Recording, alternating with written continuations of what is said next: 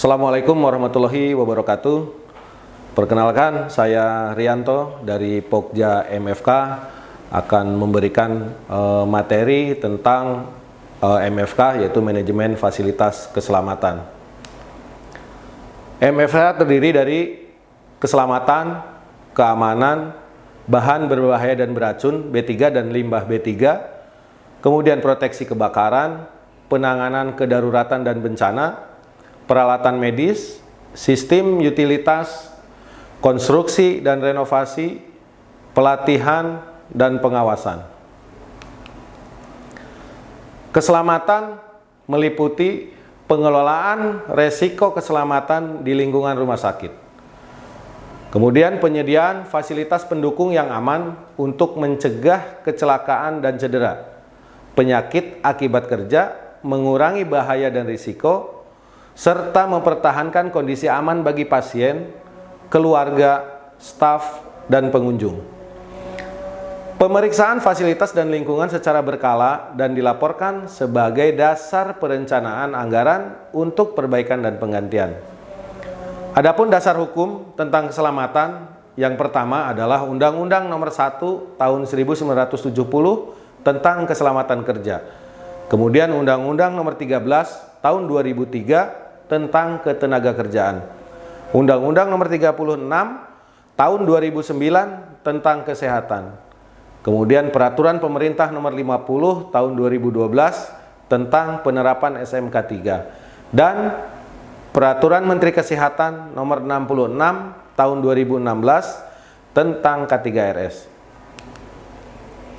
Keamanan, di mana keamanan yaitu meliputi 1. Menjamin lingkungan yang aman dengan memberikan identitas atau tanda pengenal pada pasien, staf, pekerja kontrak, tenan atau penyewa lahan, kemudian keluarga atau pengunjung.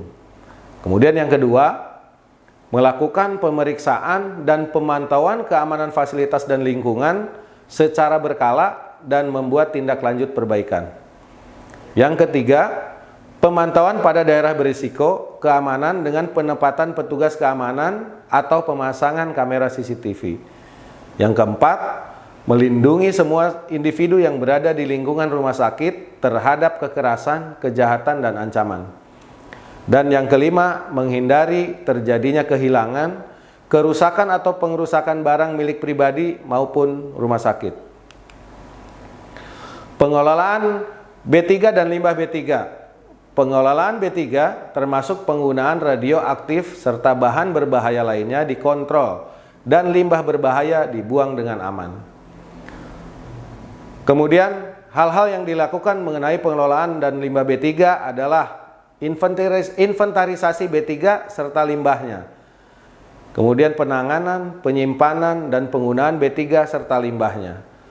Penggunaan APD, alat pelindung diri, dan prosedur bila terjadi tumpahan. Pemberian label atau rambu pada B3 dan limbahnya, izin, lisensi, dan peraturan lainnya. Kemudian pengadaan atau pembelian B3 dari pemasok wajib melampirkan data keselamatan. Proteksi kebakaran, melakukan penilaian risiko yang berkelanjutan untuk meningkatkan perlindungan seluruh aset, properti, dan penghuni dari kebakaran dan asap. Meliputi beberapa tindakan. Yang pertama adalah pencegahan kebakaran melalui pengurangan resiko. Kemudian yang kedua, pengendalian potensi bahaya dan resiko kebakaran. Yang ketiga, penyediaan rambu dan jalan keluar atau jalur evakuasi yang aman. Yang keempat, menyediakan sistem peringatan dini secara pasif meliputi detektor asap, detektor panas, alarm kebakaran. Dan yang kelima, menyediakan fasilitas pemadam api secara aktif meliputi alat pemadam api ringan atau APAR, hidran, dan sistem sprinkler. Penanganan kedaruratan dan bencana. Resiko diidentifikasi dan respon terhadap keadaan darurat direncanakan secara efektif. Rumah sakit mengidentifikasi resiko bencana internal dan eksternal dalam analisis kerentanan bahaya secara proaktif setiap tahun.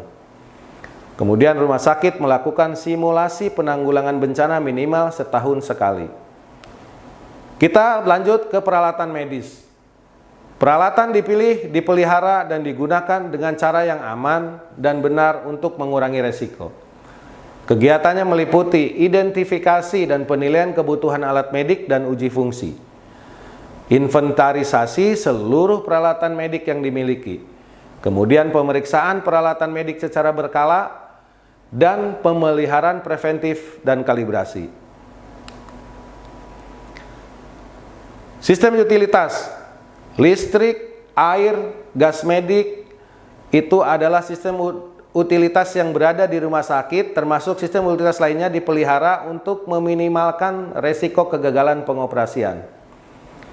Di antaranya, yaitu ketersediaan air bersih dan listrik 7 kali 24 jam, serta menyediakan sumber cadangan atau alternatif.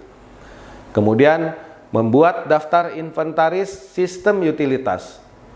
Selanjutnya, melakukan pemeriksaan, pemeliharaan, dan perbaikan sistem utilitas. Dan melakukan pemeriksaan air bersih dan air limbah secara berkala. Kita berlanjut ke konstruksi dan renovasi. Risiko terhadap pasien, staf, dan pengunjung diidentifikasi dan dinilai selama konstruksi, renovasi, pembongkaran, dan aktivitas pemeliharaan lainnya. Rumah sakit melakukan penilaian risiko prakonstruksi PCRA bila ada rencana konstruksi atau renovasi, meliputi kualitas udara, pencegahan dan pengendalian infeksi, utilitas, kebisingan, getaran, bahan dan limbah berbahaya, keselamatan kebakaran, keamanan, dan prosedur darurat.